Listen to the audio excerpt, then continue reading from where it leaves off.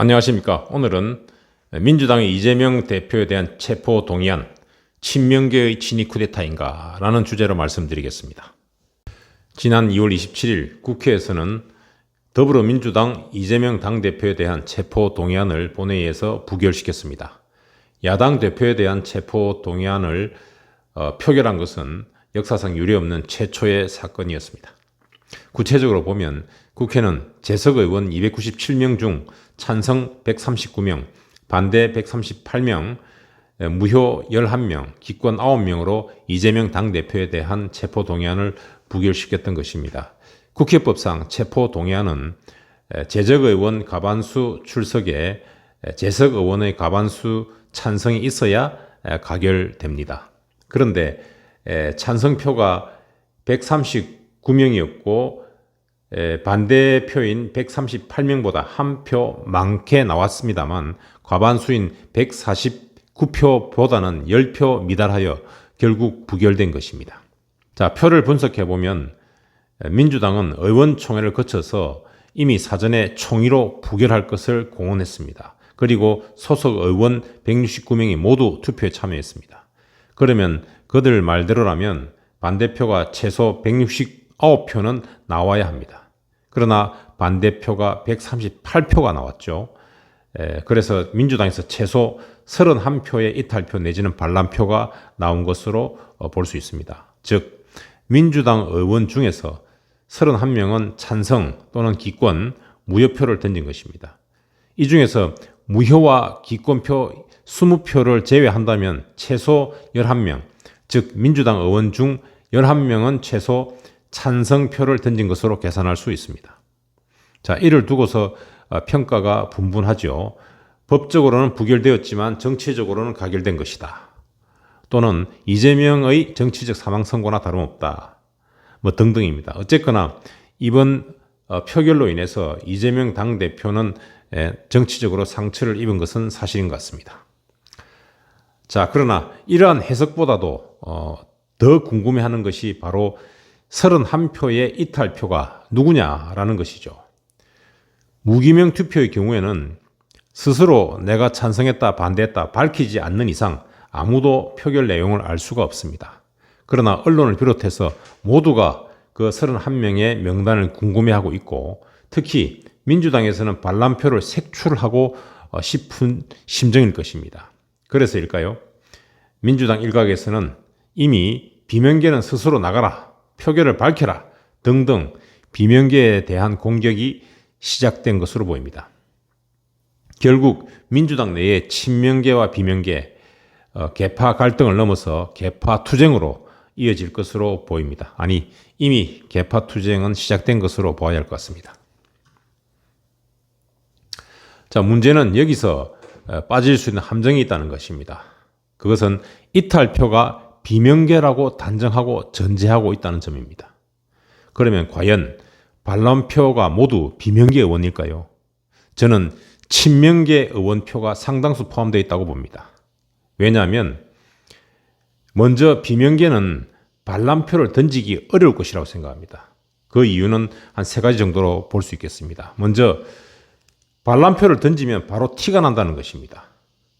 이재명 당대표가 사법 리스크도 많고 흠도 많기 때문에 그들은 매우 싫어할 것입니다. 그러나 그렇다고 대놓고 반란표를 던지게 된다면 일단 너무 티가 나요.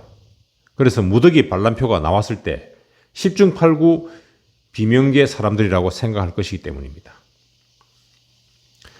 그리고 그렇게 되면 친명계로부터 싫든 좋든 민주당에 대한 배신이라는 십자포화를 받을 것이 너무나 뻔하지요. 그리고 나아가서 내년 총선에서 공천 학살로 이어질 가능성도 배제할 수가 없습니다. 자, 그리고 마지막으로 또 우리 모두가 예상했듯이 체포 동의안이 가결될 가능성은 거의 없었습니다. 체포 동의안이 가결될 가능성이 없는 상황에서 굳이 반란표를 던져서 친명계에게 공격할 빌미를 제공할 필요가 없다는 것이었죠.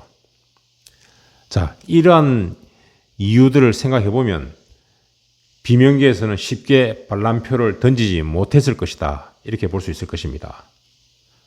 자, 그렇다면 친명계는 반란표를 던질 가능성이 있을까요?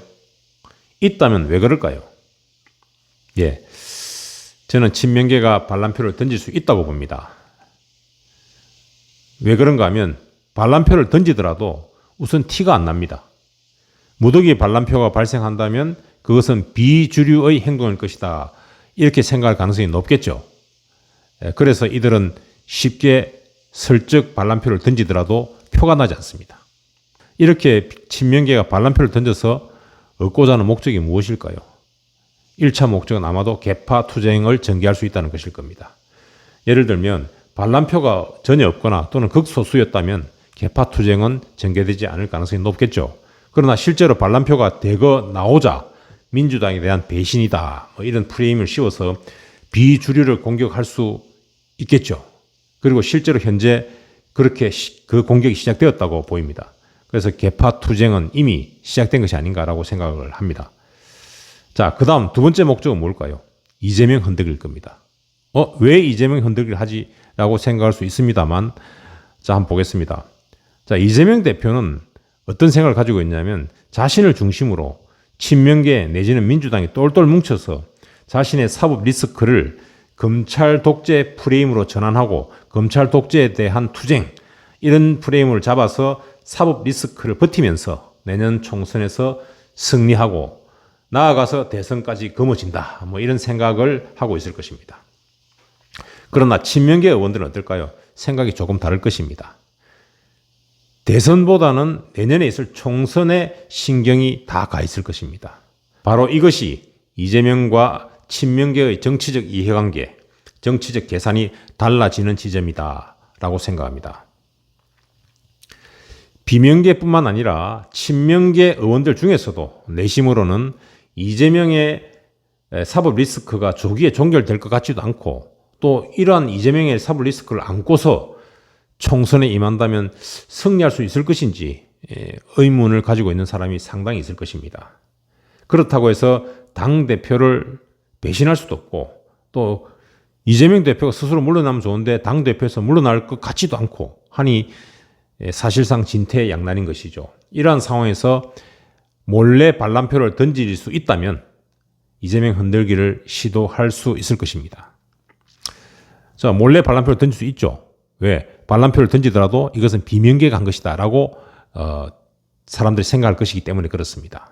자, 그래서 몰래 던지는 반란표를 통해서 이재명 흔들기를 시도하는 것입니다. 자, 이재명 흔들기를 시도한 결과 지금 살짝 이재명 흔들기가 좀 성공한 것 같죠?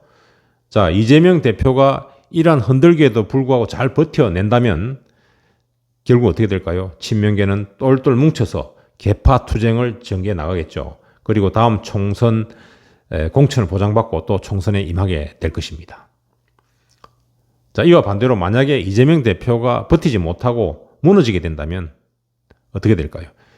재빨리 사법 리스크가 없는 사람, 예를 들면 김경수 전 경남지사 이런 사람이 될 수 있겠죠.